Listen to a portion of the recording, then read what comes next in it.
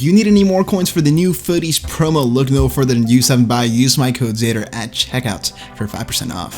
Yo, what is up guys, and welcome back to another FIFA 22 video for you guys. Today we're going to be taking a look.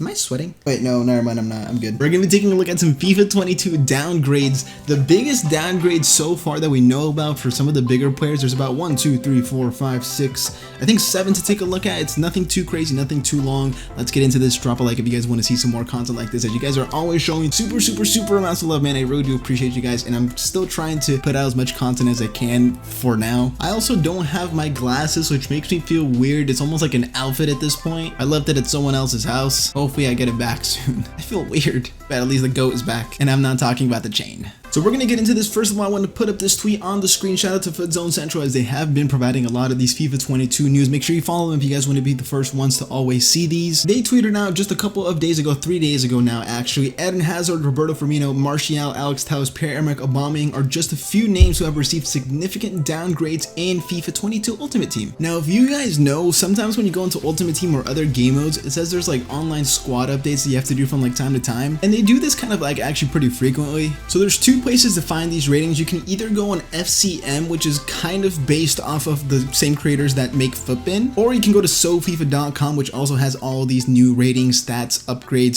squad upgrades that they always do. Now, the first one that we do have is going to be Pierre, Emerick, Aubameyang. Now, of course, in FIFA 21, he was 87 rated. He had a very not great start to the season. Maybe picked it up a little bit as he went, but it really wasn't consistent. Really wasn't that guy that we all really saw him be in the first couple seasons that he had. He has had a -2 upgrade down to an 85 rating, not a walkout anymore, just a board, 85 rated. We're not sure on how his actual in-game stats or face card stats are going to look like. This is just not what you want to see. Now, speaking of things you don't want to see, this is definitely one as a Real Madrid fan, which has been a couple rough weeks for us, if not the worst couple weeks we've had in a while. This is definitely doesn't add to the painful feeling. We have Eden Hazard, who on FIFA 21 was 88 rated. We are going to see Eden Hazard be an 86 rated card, a -2 downgrade. He is going to have -2 downgrade. He's still going to be a walkout, thankfully. So he's not 85 like Aubameyang, but an 86 rated Eden Hazard is just horrific to see. It almost kind of reminds me when he was at Chelsea for that season where he went ghost and didn't score for like 300 days or something. It almost reminds me of that season, the season after that, because he did get a big downgrade after that. Now, next up, we have another -2 downgrade. Now, this downgrade is probably a little bit deserved. I'm not going to lie. You guys can tell me what you think in the comment section down below, but it's one of the few handful of players that are 99 rated in FIFA 21. We have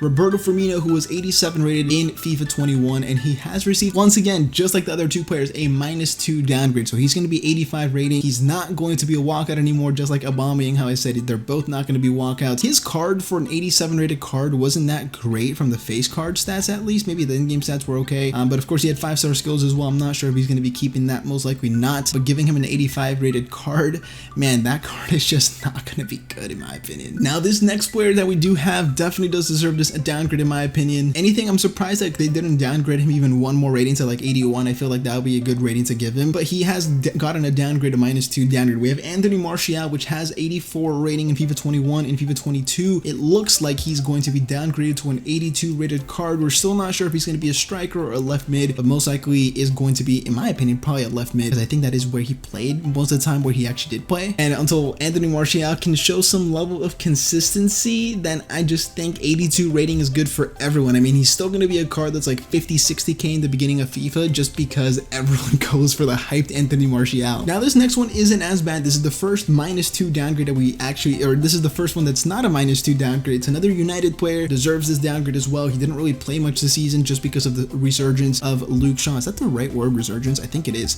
We have Alex Talas, who was 84 rating in FIFA 21, and he's getting a -1 downgrade to an 83 rated player, and I just didn't play much, so in my opinion, this one kind of does make a little bit of sense. 83 rating, still a board, still a good card, still going to be one of the best well-rounded fullbacks in the Premier League. Maybe not the quickest, maybe not the fastest, but can be used as a sub more than anything in the beginning stages, because he's obviously all-around stats, can play at center mid, CDM, anything like that.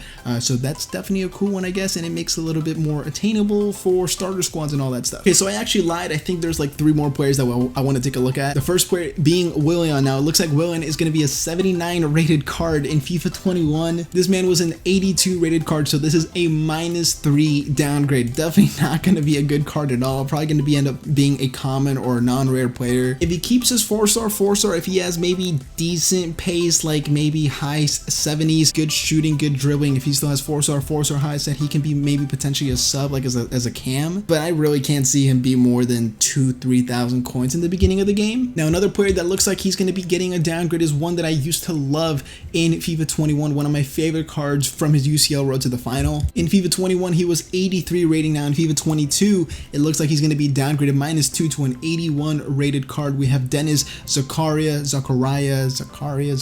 I think that's how you say it. He was a fantastic card in FIFA 21, his gold card. Now this one's going to be a little bit cheaper. He's still well-rounded, still can play center back, he still can play CDM most likely. So hopefully he's a little bit cheaper and good for starter squads, linked to Mbabu and all that stuff. And then we have one more final player, which I kind of like this downgrade because it means once again that he's going to be more attainable, one of the more better, is that right? One of the better fullbacks in the Prem, in my opinion, for like starter mid squads once you're trying to upgrade like those slow right backs to like the pacey ones. We have Nelson Semedo, who in FIFA 21 was 83 rated, was a board, didn't get any upgrades, didn't get any special cards apart from the non-upgraded ones to watch. In FIFA 22, it looks like he's going to be 81 rating, which honestly, I don't know how I feel about that. Probably deserved, considering for Portugal, you have to take the Semedo tax. 81 rating means he's going to be cheap, so hopefully I can fit him into my starter squad as soon as possible because the last 2 years, in the beginning of the year, he's been one of my favorite fullbacks. But that is going to be it for all the content, guys. I hope you guys did enjoy. Please drop a like, comment, and subscribe to my channel if you haven't already, guys. Let me know what you do think about these potential, not confirmed, but most likely rating predictions, biggest downgrades in FIFA 22 from FIFA 21. How I said, usually these are pretty accurate, so I wouldn't be surprised if all of these end up being correct. Thank you guys so much for watching. Please drop a like, comment, and subscribe to my channel if you haven't already. I'll see you guys in the next video. Have a nice day.